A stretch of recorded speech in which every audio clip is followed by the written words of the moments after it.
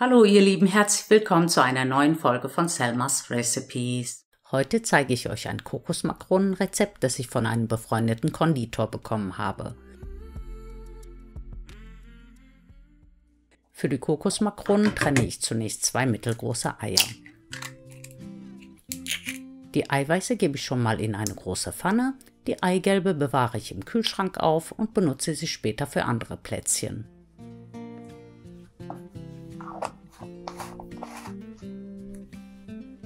Zu dem Eiweiß gebe ich nun 75 Gramm feine Kokosflocken, 125 Gramm Zucker, ein Päckchen Vanillinzucker, eine Messerspitze Zimt und 3 Tropfen Bittermandelöl und mische die Zutaten erst einmal gründlich durch.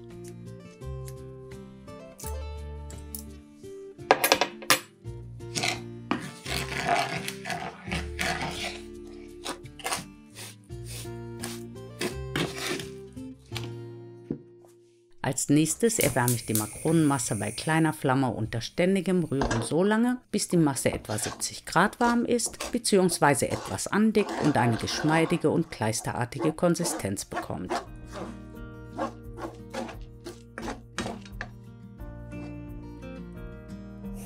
Nach dem sogenannten Abrösten fülle ich die Makronenmasse zügig in einen Spritzbeutel mit einer großen Sterntülle und spritze die Kokosmakronen direkt auf ein mit Backpapier ausgelegtes Backblech. Wer möchte, kann die Makronenmasse natürlich auch mit Hilfe von 2 Löffeln auf das Backpapier legen.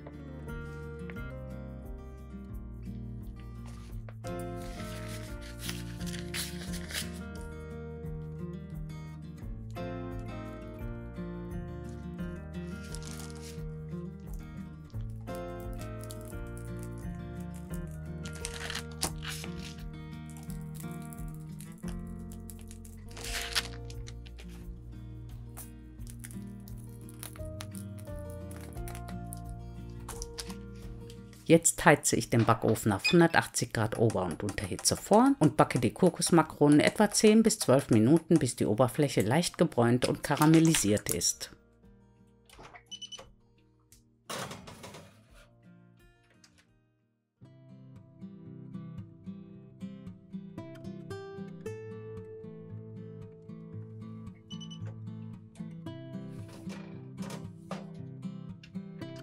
Die fertigen Kokosmakronen lasse ich dann auf dem Backblech abkühlen und schmelze in der Zwischenzeit etwa 100 Gramm Kuchenglasur.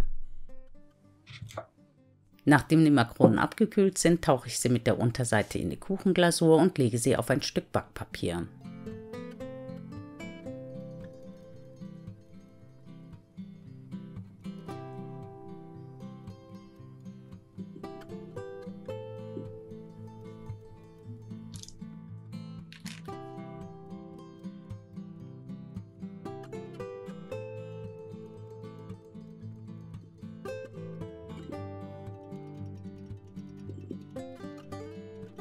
Sobald die Kuchenglasur vollständig fest geworden ist, lassen sich die Makronen mühelos vom Backpapier lösen.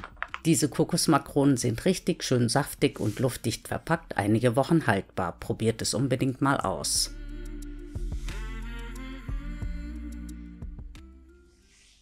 Ich hoffe, mein Video hat euch gefallen. Wenn ihr noch mehr leckere Rezepte von mir sehen wollt, dann schaut doch einfach mal hier in die Playlist. Vielen Dank fürs Zuschauen und bis zum nächsten Mal. Tschüss!